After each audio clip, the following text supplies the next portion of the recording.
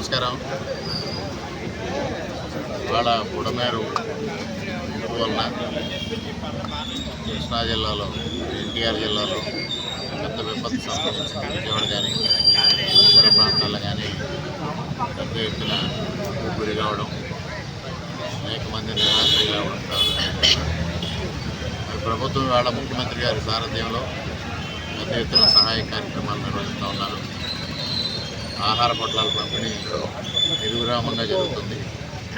అదేవిధంగా ముఖ్యమంత్రి గారు కూడా 14 గంటల పాటు విరామం ఎరగకుండా బాధితులను పరామర్శించడంలో సమయం వెచ్చించడం జరిగింది.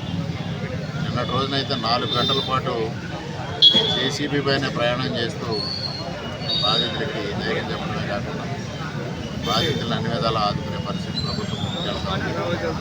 ఈ నేపథ్యంలో చుట్టుపక్కల జిల్లాలన్నింటి నుంచి కూడా ఆహార పొట్లాలు సరఫరా చేయడం, మంచినీళ్ళు సరఫరా చేయడం తదితర కార్యక్రమాలు చేపడతా ఉన్నారు. దానిలో భాగంగా ఇవాళ అల్పతి నియోజకవర్గం నుంచి కూడా కొంతమంది దాతలు ముందుకొచ్చి వారికి ఆహార పొట్లాలు పంపిణీ చేయాలని కోరుతున్నారు.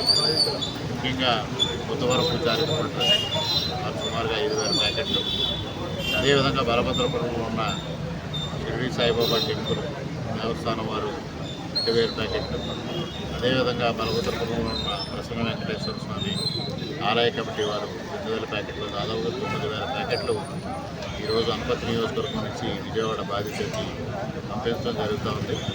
మరి అదేవిధంగా రేపు కూడా అదే కార్యక్రమం రంగంపేట మండలం నుంచి దాదాపుగా 5,000, పెదపూడి మండలం నుంచి 5,000 ప్యాకెట్లు బాధితులకు పంపించడానికి దాతలు సిద్ధంగా ఉన్నారు. ఈ విధంగా ప్రతిరోజు కూడా ఇక్కడ నుంచి ఆహార పొట్లాలు పంపిణీ చేసి బాధితులను ఆదుకోవాలి, నిరాశ్రయానికి ఆపనరసలు అందించాలని దాతలు ముందుకు వస్తూ ఉన్నారు. వారిని మనస్ఫూర్తిగా అభినందిస్తూ మరి ఆహారం దానిపైన అంత పంపించడం జరుగుతుంది. కలెక్టర్ గారి ఆధ్వర్యంలో విజయవాడకు తరలించడం జరుగుతుంది. వారందరికీ కృతజ్ఞతలు తెలియజేసుకుంటాం.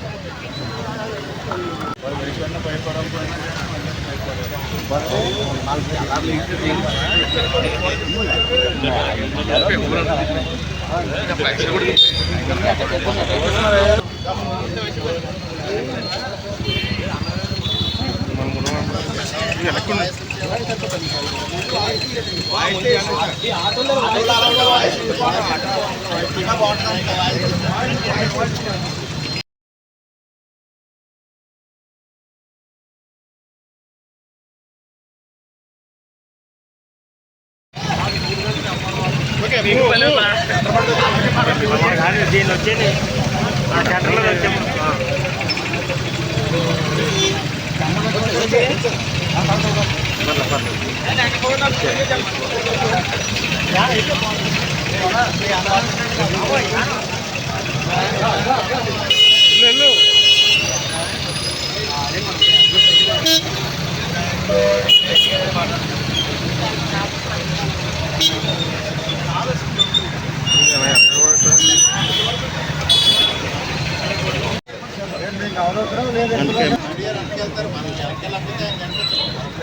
మీరు ఆడెక్కండి,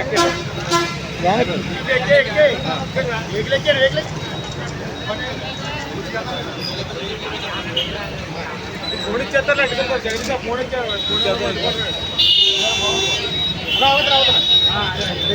చేతి మరి కనపడలేదు. బయలుదేరితే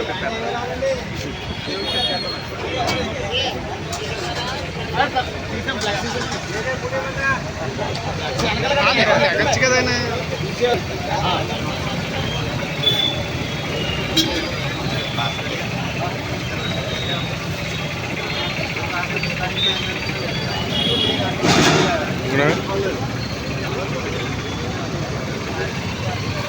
వదిలేమంటా బళ్ళు